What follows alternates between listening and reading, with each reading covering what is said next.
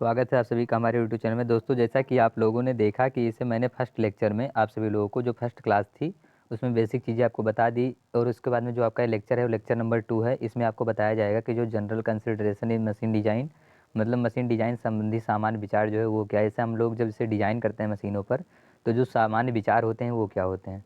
तो आप सभी लोग यहाँ पर देख पा रहे होंगे कि यहाँ पर दोस्तों बताया जा रहा है, आप सभी लोग यहाँ पर देख पा रहे होंगे कि जो मशीन होता है, मशीन डिज़ाइन करते समय हम लोग क्या करते हैं कि निम्नलिखित बातों पर ध्यान रखते हैं। अब वो बातें कौन कौन सी हैं, इससे जब हम लोगों को डिज़ाइन करनी है मशीन डिज़ाइन, तो हम उस समय से निम्नलिखित जो बातें हैं उन पर ध्यान रखते हैं।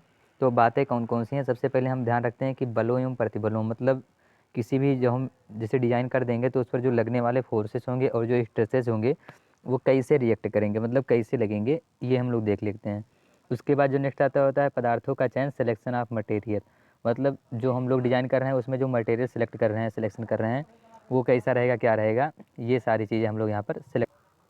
इसके बाद जो नेक्स्ट आता है दोस्तों वो आता है अंगों की गति, मतलब कोई भी जो यहाँ पर पार्ट है, मतलब कहीं ना कहीं जो पार्ट है मशीन के, वो कैसे एक्शन करेंगे, कैसे मोशन करेंगे, ये सारी चीज़ें हम लोगों को ध्यान रखनी होती है। और जो मशीन की साइज़ होगी और उसकी शेप क्या होगी, इसका भी हमें विशेष ध्यान रखना होता है। और इसी के साथ साथ जो मशीन है उसकी वेट कैसी होगी, कोई बहुत ज़्यादा हैवी तो नहीं होगी, फिर बहुत ज़्यादा लाइट तो नहीं होगी, ये भी हमें ध्यान में रखना होता है। फिर जो उस पर फ्रिक्शन लगेंगे, मतलब फ्रिक्शन फोर्सेज लगेंगे, घर्षण बल, तो वो कैसे रिएक्ट करेगा। और जो उसकी कास्ट होगी, मतलब कहीं न कहीं जो उसकी लागत होगी वो क्या रहेगी, इसे भी हमें ध्यान करना, मतलब ध्यान में रखकर डिज़ाइन करनी होती है। फिर जो यूज़ ऑफ स्टैंडर्ड पार्ट, उसके जो पार्ट्स हैं उनका उपयोग कैसे होगा, मतलब मानक अंगों का उपयोग जो है वो कैसे होगा। और इसके साथ साथ हमें मतलब सेफ्टी का ध्यान रखना होता है कि इसे अपनी सुरक्षा को ध्यान में रखते हुए हमें सारी चीज़ें करनी होती है कि इसे जो यहाँ पर सेफ्टी है वो कैसे क्या करना होगा, सारी चीज़ें हमें एक एक करके यहाँ पर ध्यान रखनी होती है।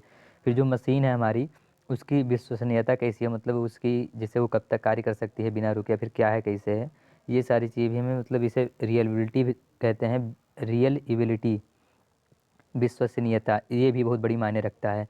और जो मशीन है उसका लाइफ टाइम क्या है, मतलब उसका जो जीवन चक्र या फिर जीवन है वो क्या है, ये भी हमें ध्यान में रखना होता है। इसी के साथ में हम यहाँ देखते हैं, जैसा कि आप सभी लोग यहाँ पर देख पा, नेक्स्ट जो आता है दोस्तों आता है कंट्रोल, मतलब कोई मशीन है उसको हम किस किस प्रकार से कंट्रोल कर सकते हैं, ये सारी चीज़ें भी हमें यहाँ पर स्टडी करना होता है। और इसी के साथ साथ जो मशीन है उसकी जो रख रखाव है, मतलब कहीं ना कहीं वो जैसे कैसे रहेगा, उसका मेंटेनेंस वगैरह कैसे करना होगा। जैसे हम कोई भी पार्ट मान लो अगर ख़राब हो जाता है, फिर कुछ हो जाता है, तो उसका मेंटेनेंस हम लोग कैसे करेंगे, ये भी हमें यहाँ पर मायने रखता है। उसके बाद जो उस मशीन की जो पार्ट्स हैं उसको असेंबल कैसे करेंगे, असेंबली प्रोसीजर, इसको भी हमें ध्यान में रखना होता है। इसके बाद जो नंबर ऑफ़ प्रोडक्ट है, मतलब कितने प्रोडक्ट को हमें डिज़ाइन करना है, जो प्रोडक्शन करना है, ये भी बहुत बड़ा मायने रखता है।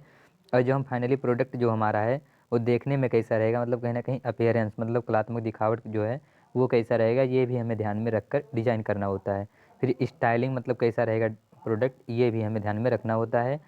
और जो उत्पादन संबंधी विचार, मतलब मैन्युफैक्चरिंग कंसिडरेशन को ध्यान में हमें रखते हुए सारी चीज़ें डिज़ाइन करनी होती है।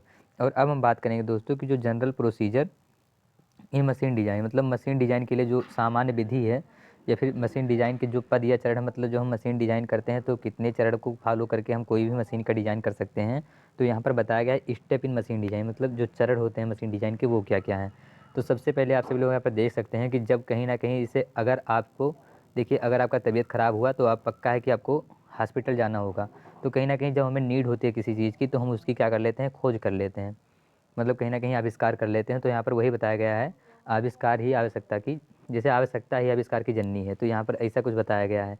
तो आप लोग यहाँ पर देख सकते, सबसे पहले आवश्यकता की पहचान की, मतलब हमें कहाँ जैसे आवश्यकता है, क्या है, कैसा है। आप सभी लोग देखे होंगे कि जो रेल है, रेल विभाग, इसमें कहीं न कहीं यही है कि इसे जो, मतलब यात्रा करने के लिए, एक स्थान से दूसरे स्थान पर जाने के लिए ये चीज़ें उनसे सुगम हैं यात्रियों के लिए, तो इसको ध्यान में रखते हुए ट्रेन की खोज की गई होगी, कुछ ऐसा यहाँ पर कहा जा सकता है। फिर आता है यंत्रावली का चयन, जैसे हम आवश्यकता की पहचान कर लिए, फिर उसके बाद उसका मैकेनिज़्म क्या होने वाला है, इसका हम लोग जैसे सिलेक्शन कर लेंगे। यंत्रावली उसमें क्या होगी, मतलब किस सिद्धांत पर वो जो हम डिज़ाइन करेंगे वो कैसे करेगा, क्या होगा, ये सारी चीज़ें ध्यान में रखते हैं। फिर उसके बाद जो बलों का विश्लेषण, मतलब forces analysis, analysis of forces, मतलब जो उस पर बल रिएक्ट करेंगे वो कैसे कैसे रिएक्ट करेंगे, ये भी हमको ध्यान रखना होता है।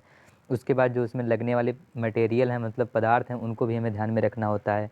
सिलेक्शन ऑफ मटेरियल जो इसमें आता है। फिर आता है अंगों का डिज़ाइन, मतलब उसके जो यहाँ पर जो पार्ट हैं, उस जो हम बना रहे हैं फाइनली प्रोडक्ट या फिर डिज़ाइन, उसका जो अंगों का डिज़ाइन है वो कैसा है। सुरक्षित बीमाएँ ज्ञात करना, मतलब हम लोग को उसकी जो डिज़ाइन है उसकी बीमाएँ मतलब कहीं न कहीं उसकी डायमेंशन वगैरह यहाँ पर फाइंड करनी होती है।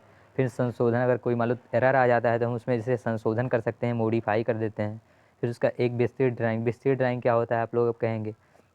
विस्तृत ड्राइंग जैसे ये होता है कि जो फाइनली जो ड्राइंग होता है उससे थोड़ा बहुत, जैसे इंजीनियर जो होते हैं थोड़ा बहुत उसमें से पहले एरर रहती है, लेकिन उसको हम लोग क्या करते हैं संशोधन करके वो जो फाइनली ड्राइंग है उसे हम फाइंड आउट करते हैं। फिर उसको क्या करते हैं प्रोडक्शन डिपार्टमेंट में भेज देते हैं प्रोडक्शन के लिए। फिर हमारा जो इसी स्टेप में मशीन डिज़ाइन होता है। अब बात की जाए कि जो नेसेसिटी ऑफ डिज़ाइन, मतलब डिज़ाइन की जो हमें आवश्यकता हुई, ये क्यों हुई, तो इसके बारे में हम यहाँ पर देखते हैं दोस्तों कि यहाँ पर बताया जा रहा है डिज़ाइन की आवश्यकता, नेसेसिटी ऑफ डिज़ाइन।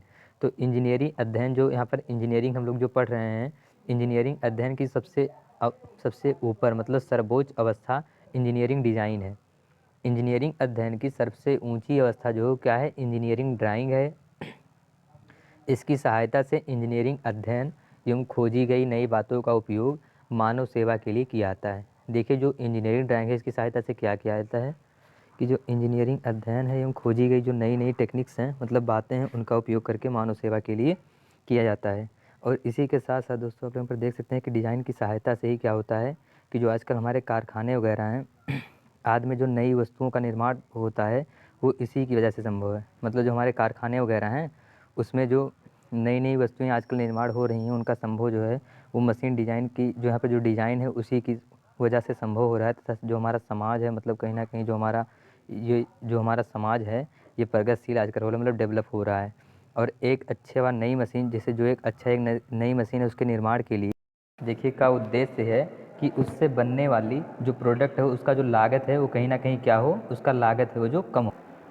तथा जो जैसे मशीन है उसका जो प्रयोग है वो कमर्शियल, जो जैसे मशीन है आपका ना उसका जो प्रयोग हो रहा है वो किसमें, वो इकोनॉमिकल तथा मानव सेवा के लिए श्रेष्ठ हो। मतलब जो हम मशीन बना रहे हैं उसका जो प्रयोग हो वो इकोनॉमिक, मतलब कहीं ना कहीं जो रुपए पैसे उस मामले में, और जो मानव सेवा के लिए उसमें क्या हो, श्रेष्ठ हो मतलब अच्छा हो। इसके बाद हम देखते हैं कि एक अच्छे डिज़ाइन के लिए एक अच्छे डिज़ाइन से क्या होता है, जो मशीन होती है वो भविष्य में अच्छे प्रोडक्ट के निर्माण में आने वाली चुनौती, मतलब जो बहुत सारी कंपटीशन वगैरह होती है उनका सामना करने में भी सक्षम हो पाती है। अगर हम लोग एक अच्छा डिज़ाइन करते हैं तो उससे जानते हैं क्या होता है, जो भविष्य में मतलब फ्यूचर में जो प्रोडक्ट का निर्माण होता है उससे जो आने वाले जो हमको कंपटीशन वगैरह करना पड़ता है तो उसमें कहीं ना कहीं क्या होती है, जो हमारा प्रोडक्ट है वो क्या होता है, सक्षम होता है।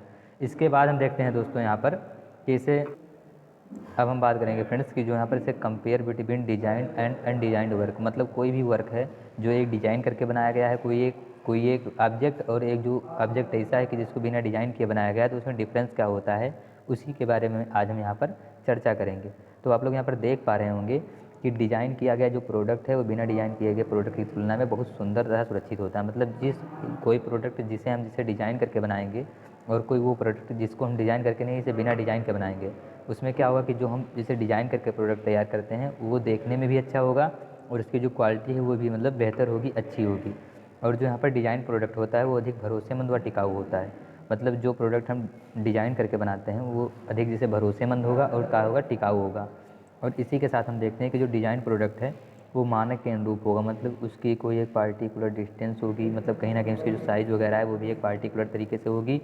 और जो अनडिजाइंड है उसमें क्या है, अपने अनुसार हम लोग ले लेते हैं सुविधा अनुसार।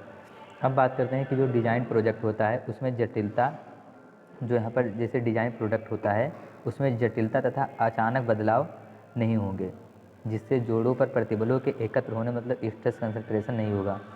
मतलब जो यहाँ पर डिज़ाइन प्रोडक्ट है उसमें जटिलता तथा अचानक मतलब एब्रप्ट चेंज, मतलब अचानक कहीं ना कहीं परिवर्तन नहीं होगा, जिससे जो जोड़ होता है, जॉइंट्स होता है, उस पर जो स्ट्रेस कंसंट्रेशन हो जाता है वो नहीं होगा, जिससे क्या होगा कि जोड़ों पर प्रतिबलों के एकत्र होने से स्ट्रेस कंसंट्रेशन नहीं होगा।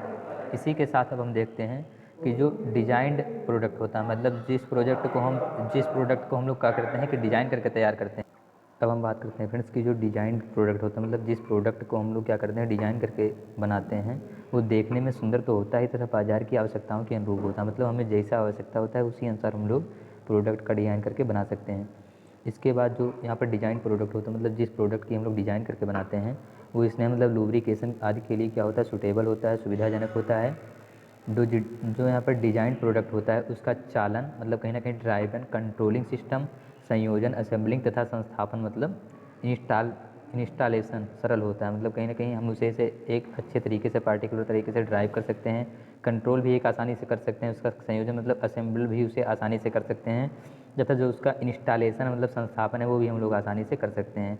इसके बाद जो यहाँ पर डिज़ाइन प्रोडक्ट होता है, उसमें सुरक्षा आदि का ध्यान रखा जाता है। मतलब अगर हम लोग डिज़ाइन करके प्रोडक्ट बनाए हैं तो उसमें जो उसकी सेफ्टी वगैरह है, सेफ्टी प्रिकॉशंस, उनको हम लोग ध्यान करके वहाँ पर सारी चीज़ें बनाते हैं।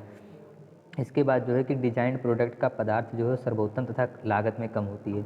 मतलब अगर हम कोई भी अगर प्रोडक्ट है उसको अगर डिज़ाइन करके हम बनाते हैं तो उसका जो प्रोडक्ट होगा वो सर्वोत्तम होगा, तथा उसकी जो लागत वहाँ पर कास्ट होती है वो भी कहीं न कहीं कम होता है। कुछ ऐसा होता है हमारा जो डिज़ाइन प्रोडक्ट होता है। अब दोस्तों आज के लिए इतना ही। आप लोग अगर चैनल पर पहली बार विजिट करें तो चैनल को सब्सक्राइब कर लीजिए, क्योंकि इसी तरीके के आपको हर एक जो यहाँ पर मशीन डिज़ाइन का ई लेक्चर है ये आपको यहीं से मिलता रहेगा। तो दोस्तों अगर आपको ये वीडियो अच्छा लगा तो आप इसे लाइक कर दीजिए, चैनल पर पहली बार विजिट करें तो चैनल को सब्सक्राइब कीजिए, और जितने भी आपके फ्रेंड सर्किल है उसमें आप इसे फैला दीजिए, क्योंकि जिससे अधिक से अधिक लोग बेनिफिट ले पाएँ, सभी लोग यहाँ पर स्टडी कर पाएँ। दोस्तों मिलते हैं किसी नेक्स्ट वीडियो में, तब तक के लिए जय हिंद।